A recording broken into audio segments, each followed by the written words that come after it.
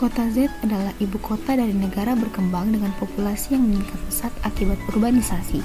Perpindahan penduduk dari daerah pedesaan ke kota terjadi dalam skala besar dalam beberapa dekade terakhir, mengakibatkan berbagai masalah sosial, ekonomi, dan kesehatan. Dampak urbanisasi yang tidak terkontrol berujung pada tingginya angka pengangguran, tantangan dalam menciptakan lapangan kerja, serta peningkatan angka mortalitas di antara kelompok-kelompok rentan.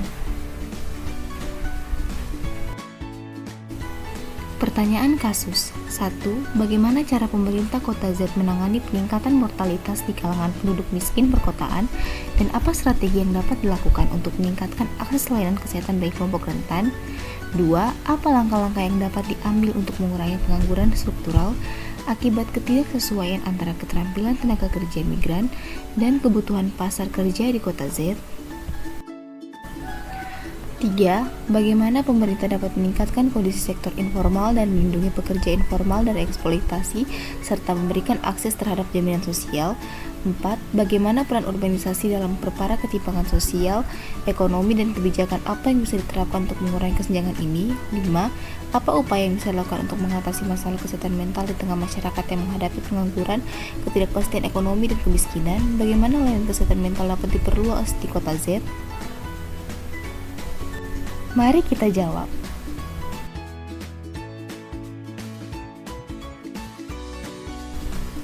Kasus 1.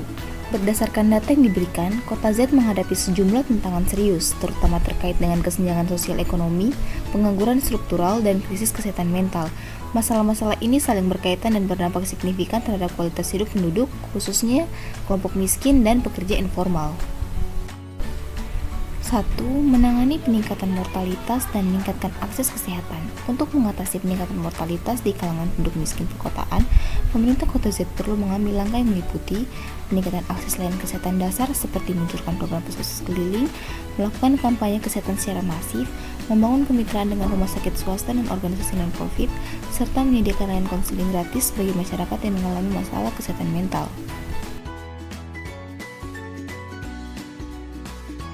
2. Mengurangi pengangguran struktural. Untuk mengatasi pengangguran struktural akibat ketidaksesuaian antara keterampilan tenaga kerja migran dan kebutuhan pasar kerja, pemerintah Kota Z dapat melakukan langkah-langkah berikut. 1. Pemetaan kebutuhan pasar kerja. 2. Program pelatihan vokasi. 3. Fasilitasi inkubator bisnis. 4. Program magang. 3. Solusi. 1. Melakukan pendataan menyeluruh terhadap pekerjaan formal. 2. Menyediakan program pelatihan relevan dengan kebutuhan pasar kerja untuk meningkatkan produktivitas dan daya saing pekerja informal. 3. Memberikan akses yang lebih mudah terhadap permodalan seperti kredit usaha rakyat. 4. Memperkuat perlindungan hukum bagi pekerja informal, termasuk pengaturan upah minimum, jam kerja, dan kondisi kerja yang layak. 4. Solusi. 1. Membuat perencanaan tata ruang kota yang inklusif dengan memperhatikan kebutuhan kelompok masyarakat yang rentan. 2. Meningkatkan aksesibilitas transportasi publik yang murah dan efisien untuk mengurangi biaya hidup masyarakat berpenghasilan rendah. 3. Menyediakan pemukiman yang layak dan terjangkau bagi masyarakat berpenghasilan rendah. 4. Meningkatkan akses terhadap pendidikan berkualitas untuk meningkatkan kualitas sumber daya manusia. 5. Solusi.